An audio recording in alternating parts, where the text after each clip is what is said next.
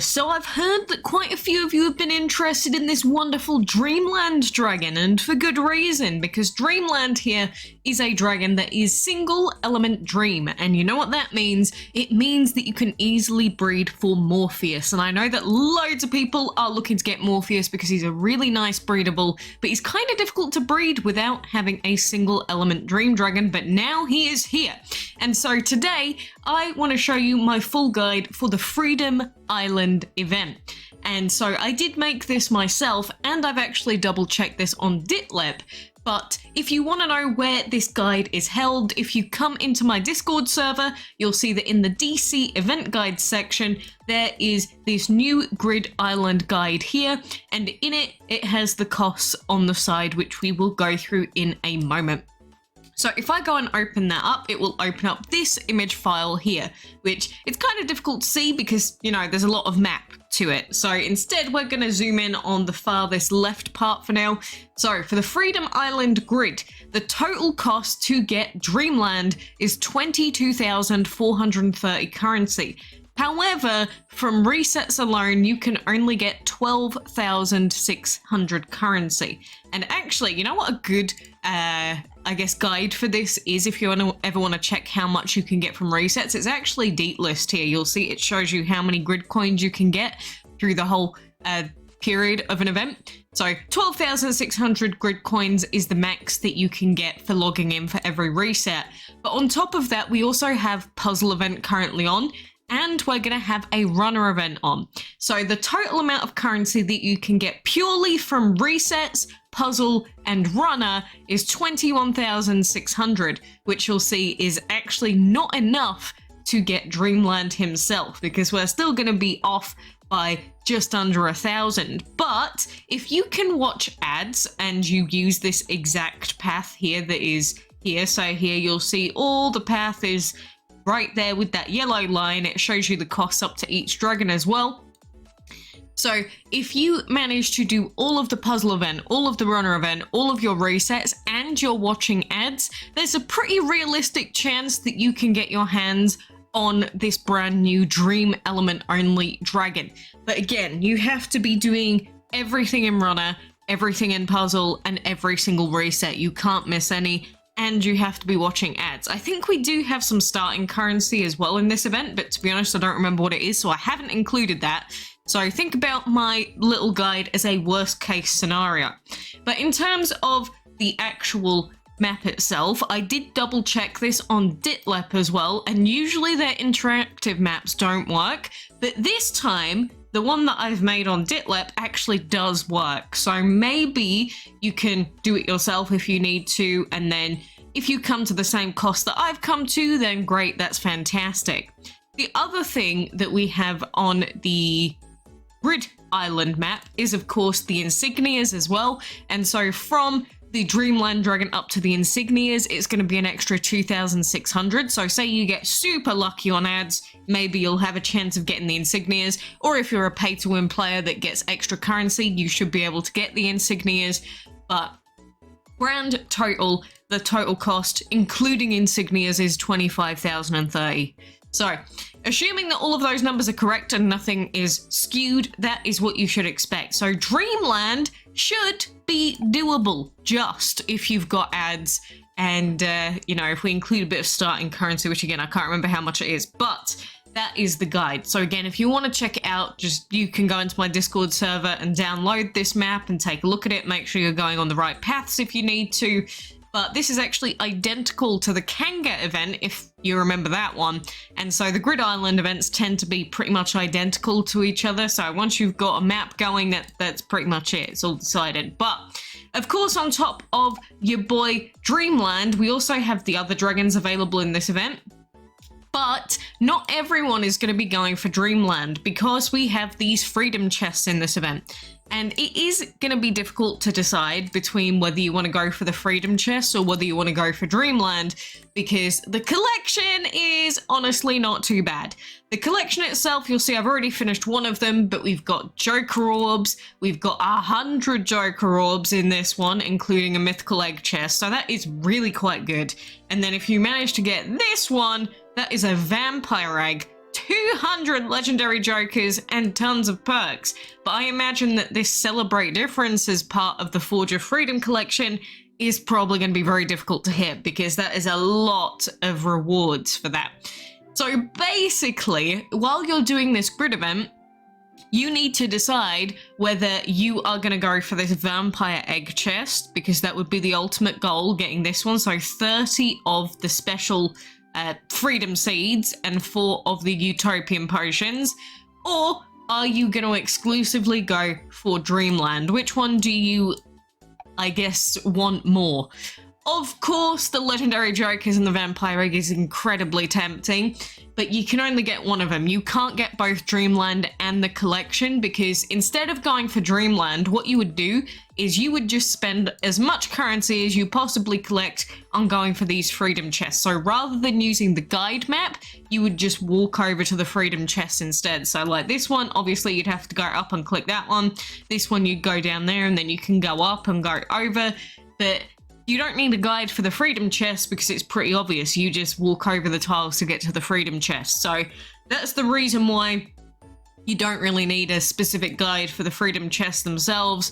But trust me, you won't be getting 100% of these freedom chests because these tiles over here cost like 500 each. So you're probably not getting to this freedom chest. To be honest, you're probably going to be getting this one at max, the one that's just before Crystal Carrier, and that's probably where you're going to end it. That one and that one maybe, and that's pretty much probably going to be it, roughly.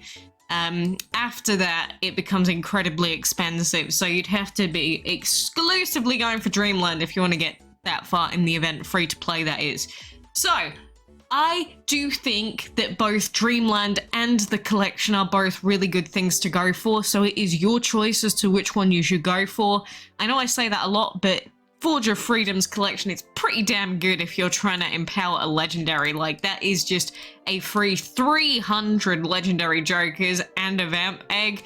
So that's free food production on your island as well. But again, you would have to be doing every single event pretty much perfectly to get this one done. So if you're not good at puzzle, well, maybe say blazy to that one. But we do have that puzzle event on as well, which of course has the new Utopia dragon in it. And Utopia should be very easily doable. Normally, to get the mythical dragon, if you want to know, it's normally about 800-ish puzzle moves. From like move 0 up to getting the mythical. It's around about 800. Depends on how efficient you are in terms of, you know, getting 4s or getting like 8 items for one turn, that sort of thing. But of course, if you are going for the Dreamland dragon, one of the main things you should probably be going for is going to be the grid coins. And you'll see that you can get up to 2k grid coins as a max. Like we've got 1.5k, 2k and the others. And then after that, you'll just be getting food boxes like repeatedly. So that's the point that I got to last time. But we did have the maze currency to help us out last time. So a lot of you will probably end up finishing at the 2000 grid coin section. Now, if you are going for freedom chests, there are a lot of these freedom chests available, but whether you're going for them or not is up to you. So, of course, the other thing that we've currently got going on in DC is the 4th of July event, and you'll see that we've got a day left. I'm almost at the 10 drop. I'm not close to the 16 drop as of yet, but we're nearly at the 10 drop. But one thing that I did want to mention regarding this event is that, of course, we've got the Determination Karma in here, we've got Patriot General in here, and we've got Valor in here. If you didn't know, you can actually rescue Valor and Patriot General in Dragon Rescue. But, of course, they are legendaries, and even if you manage to get 100 orbs of them, you're still going to then have to summon the dragon, which is, you're going to have to summon it, and then you're going to hatch it. Which, to be able to actually get these quests done within that time frame, well, you might get 1 or 2 of them max if you started off yesterday. But other than that, like with a day left, you're not going to be able to do it. But since the quests are here, I thought, you know what, I might as well just do the rescue for them while we're here. Reminded me that these dragons exist and I should probably be doing my legendary rescues because there's not really a reason not to. I've just been getting really annoyed because my rescue keeps crashing today. And so if my rescue crashes when I'm on the final battle for this and it ends up killing all of my main dragons, I will actually seethe. But of course with these legendary rescues, the more dragons you have, the higher their level is, will of course mean that you have a much easier time with these rescues. It's just the final rescue with those big bosses can either be decently easy or it can be horrifically difficult depending on what the final dragon is. Like this time I'm against this heroic dragon, which isn't too bad because that one's pretty whatever, and it's one of the old ones, nothing scary, no scary skills or anything, so I think we're pretty fine on that front.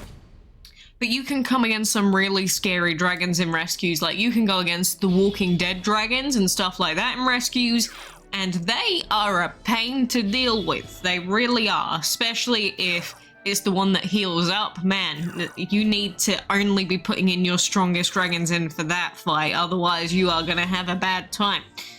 But of course, if you're a newer player that's still trying to get to the point where you can even do legendary rescues, I do feel for you. It does take a while to get up a supply of dragons that's good enough to do it. And of course, there are some mini tips with doing rescues, including, you know, only using one of your higher level dragons for certain fights so that you can get more fights done in a row. Personally, with legendary rescues, I'm at the point now where it takes me 2 resets of fights. So, you know how rescues have, you know, if your dragons die, then you have to wait a certain amount of hours. I have to wait 8 hours on legendary rescues, but I only have to wait once because I can finish legendary rescues within 2 resets. So basically I can finish a legendary rescue within 8 hours. And that's just one of the benefits of, you know, having lots of dragons, having lots of, well, I said lots of, a decent amount of high level dragons, and being able to use them properly during all of this. And then of course, if we get stuck on a battle such as this, then we just have to put in our lower level dragons and just grind them out against these level 68 enemies, for instance. It might take you quite a few lots of resetting, but it is definitely doable. If you're a lower level player, it might take you 2 days, 3 days, might take you the whole week to do these rescues, but you should definitely try and get to a point where you can do these legendary rescues reliably. You're used to doing them, but always have a spare supply of keys, because legendary rescues are 60 keys per rescue. And you can get some extra gems and stuff like that. Alright, shall we see if this game is going to destroy me and kick me out and crash while I'm in the middle of using my highest level dragon? Shall we do it? Let's see how this goes. This could only end well. I swear, if it crashes again while we are doing this, I will lose the plot. I actually will lose. Oh, really simple. I should have got him to fight the highest level dragon here, really. Because of course you can select which dragon that your dragon should attack first. And so if you're gonna have your highest level dragons attacking, they should realistically be attacking the big boss man, of course. Because why would you not want them attacking the big boss man? We don't have any dragons that are super effective against pure in this lineup at the moment. But, you know, it's fine. This is gonna be quite close, I think. If Sinful uses his leech next, we should be okay. That's if he survives. No, he doesn't survive. Just. Well, look, it's fine. We're gonna get this boss's health down somewhat, and then we'll just have to grind it out with some lower level dragons for a little while. Which, it will happen, but sometimes you might be grinding out for like 25 minutes. I've done it before, I will do it again. It's just one of those things where rescues can be very, very grind heavy unless you have lots of really high level dragons, and some of mine got took out earlier. So it's fine. I will continue on, get all 100 whoops for this guy, and probably rescue Valor as well, just for the sake of it. But, I mean, at the same time, with puzzle event being on, you know, make sure that you're focusing on your quests. I did make a puzzle event guide very recently, so I'm not going to make another one. But, you know, if you've got time skips like I do, and you can skip 12 hours on your like sea and light hatchings, for instance, you are going to be in such a good spot. We've got Fuming, who's, oh, I forgot that I was trying to breed this dragon for so long. Look at him, he's such a cutie. We finally got him. I'm so happy about that. and we've even got a vampire that's going to be coming out in a second, so I will be skipping those in a moment, and then we can get more of this puzzle stuff done. But yes, my goal is going to be the grid coins because I'm probably going to go for Dreamland. But as I mentioned previously, if you're not sure if you can make it to Dreamland, what you can do is just save up all of the currency and spend it right at the end of the event. So if you're not going to make it to Dreamland, you don't spend it on Dreamland, you spend it on the Freedom Chest. If you can get Dreamland and you want Dreamland, go for Dreamland. If you have enough for Dreamland but you don't want Dreamland, go for the Freedom Chest. It's that simple. This event is very simple. You just have to log in every 8 hours, collect all of your currency, and just go for your boy Dreamland. But seriously, there's going to be tons of Morpheus breedings happening after this, and you are going to see a lot of Morpheus users in Arena, is my prediction, because last time people got him from the Alliance chest, he was everywhere. He's probably going to be everywhere again. So this is my pre-warning to you about getting something that can count a dream on your team. But anywho, thank you for joining me here today. I hope that you get everything out of these events, and until next time, ciao.